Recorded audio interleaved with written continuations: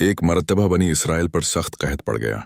बारिश रखी हुई थी, खेतियां जुल गईं और लोग भूख प्यास से परेशान हो गए। सब लोग हजरत मूसी अलैहिस्सलाम के पास आए और कहा, ए मूसी, अपने रब से दुआ करो कि वो बारिश नाजिल फरमाए।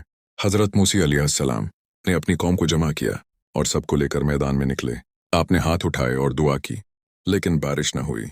अल्लाह ताली ने वही फरमाई, ए मूसी, तुम्हारी कौम में एक गुनाहगार बंदा है जो मेरी नाफरमानी करता है। जब तक वो तौबा नहीं करेगा बारिश नहीं होगी।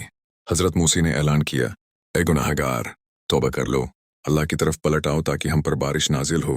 वो शख्स दिल ही दिल में शर्मंदा हुआ और किसी के सामने आए बगैर दिल से तौबा कर ली। इसी वक्त आसमान पर बादल छा गए और मूसलाधार बारिश बरसने लगी। हजरत मूसी ने अर्ज किया, या अल्लाह, वो गुनाहगार कौन था जिसकी वजह से बारिश रखी हुई थी? अल्लाह ताली ने फरमाया, ए मूसी, जब उसने गुनाह करते वक्त अपना नाम छुपाया तो क्या, अब जब उसने तौबा की है तो मैं उसका नाम जाहिर करूंगा।